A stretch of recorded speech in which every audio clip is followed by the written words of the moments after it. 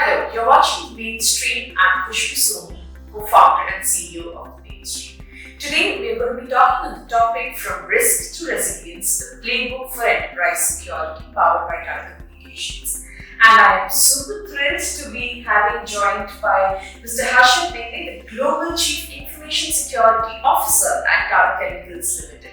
Harshad needs no introduction, but I'm going to take a second to do that. Harshad has been based out of Mumbai, driving almost a lot of security transformation for various organizations in the past. With 2 decades of experience, he's held leadership roles at organizations including Aditya Birla Group, Infinity Retail, L&T Financial Services, HDFC Bank, and Future Group. He's highly skilled in areas such as information security management, IT strategy, compliance, risk, and governance. His expertise spans across SOC operations, identity and access management, incident response, and vendor governance. Thank you so much, Harshad, for joining us. I'm really excited to have this conversation with you. Thank you, Khushbu, for your detailed introduction. Great.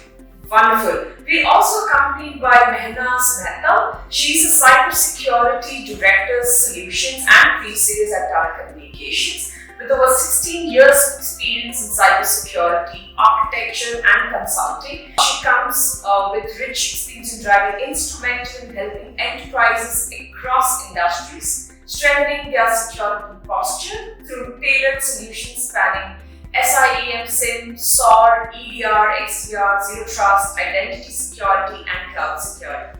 A passionate advocate of business-aligned cybersecurity, Mehernaz focuses on bridging technology, innovation with practical risk management, empowering organizations to build secure, scalable, and resilient digital ecosystem.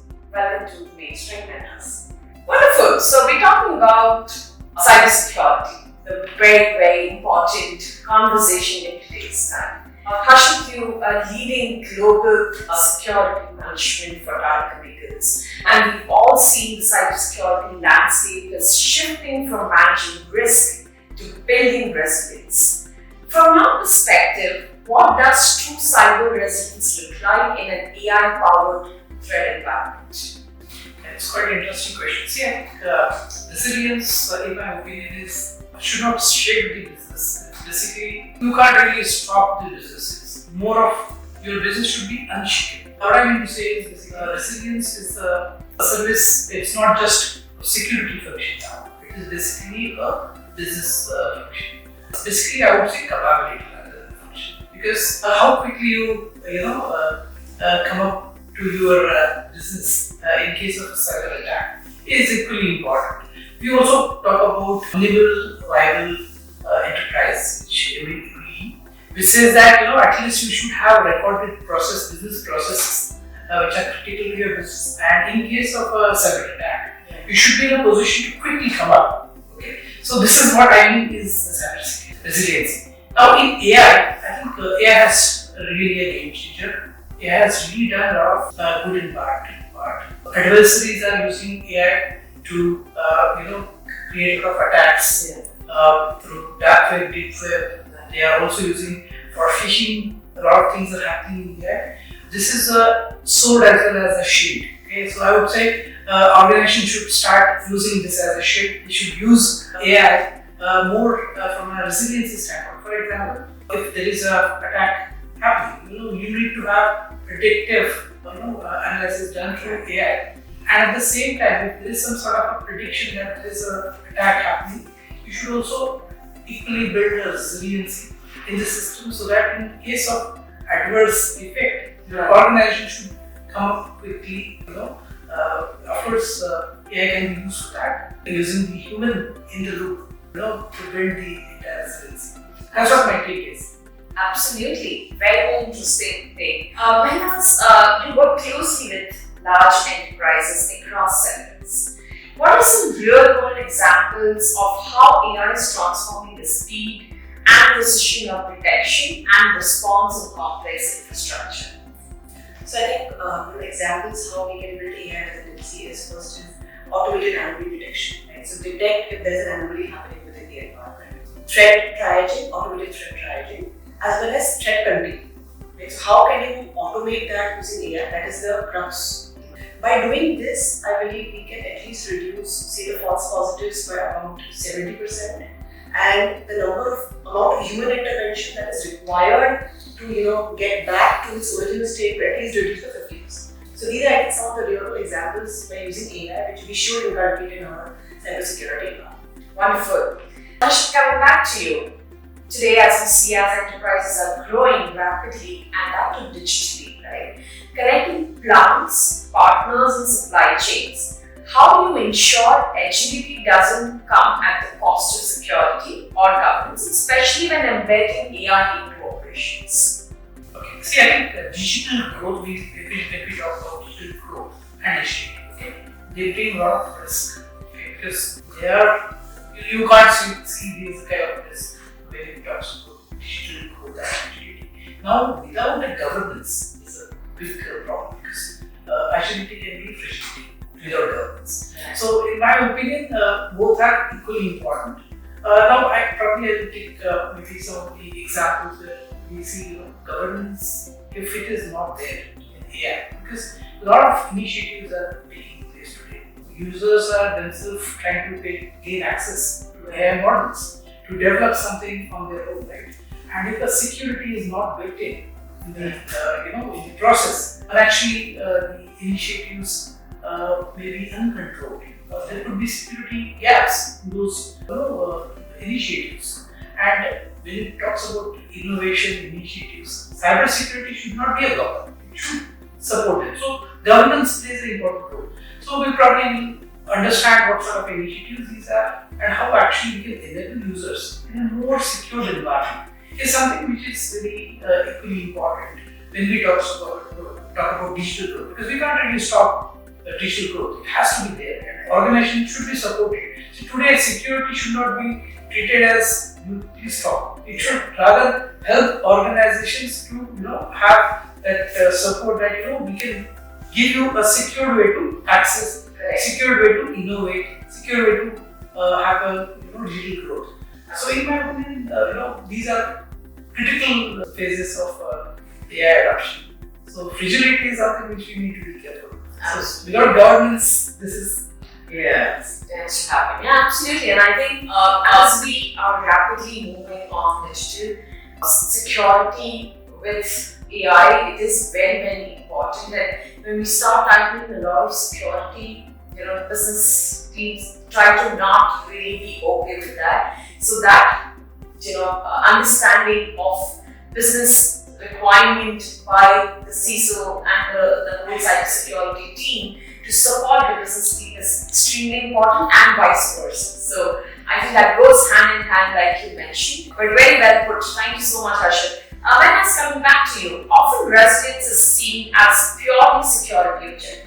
How do you help leadership teams view AI-driven resilience as a business enabler that safeguards continuity and customer trust? So I think business continuity using resilience should, as Harshad mentioned, should be a function, not just a capability. Right?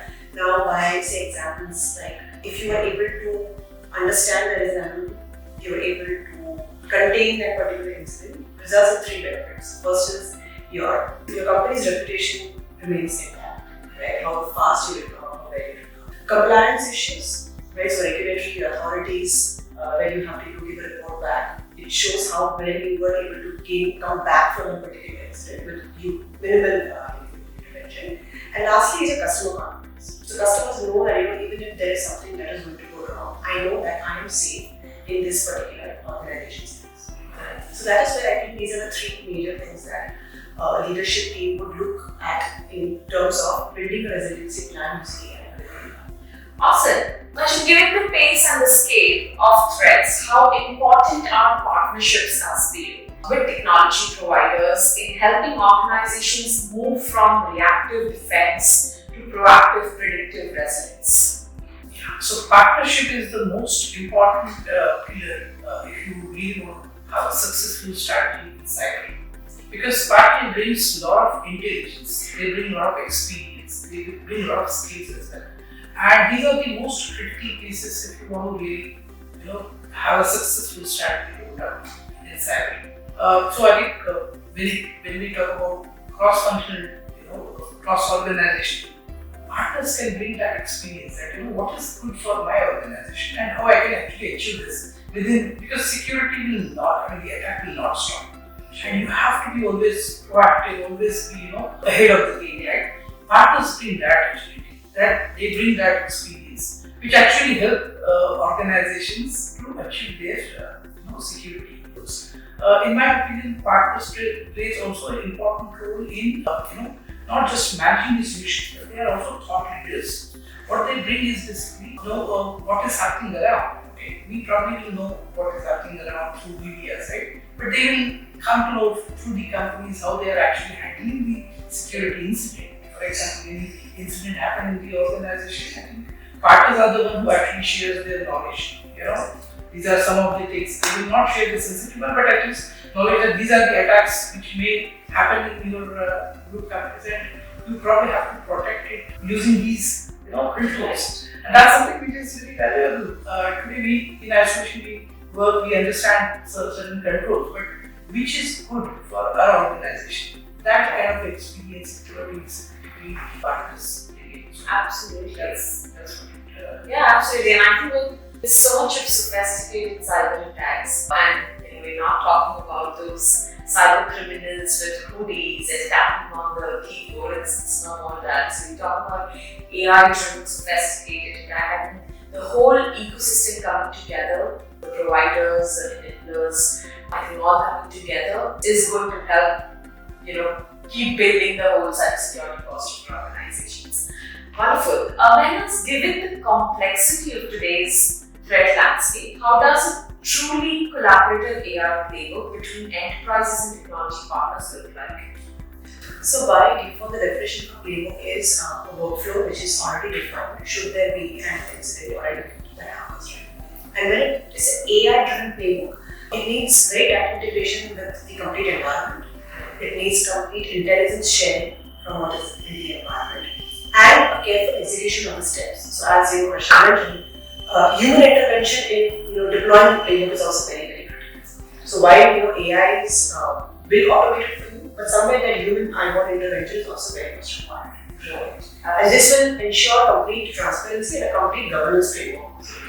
Should there be any containment that has to happen. Super. Awesome. Harshad, bringing it closer home, how is Tata Chemicals approaching the responsible and effective use of AI in its own cybersecurity strategy today as both protector and potential risk factor? Yeah, very difficult questions. See, first of all, we started with policy because strengthening policy is very, very important. See, cyber security's role in AI is very challenging because we have to support innovation. At the same time, there are certain risks which we don't see, or rather, I would say they are transmitted, right? We probably avoid that.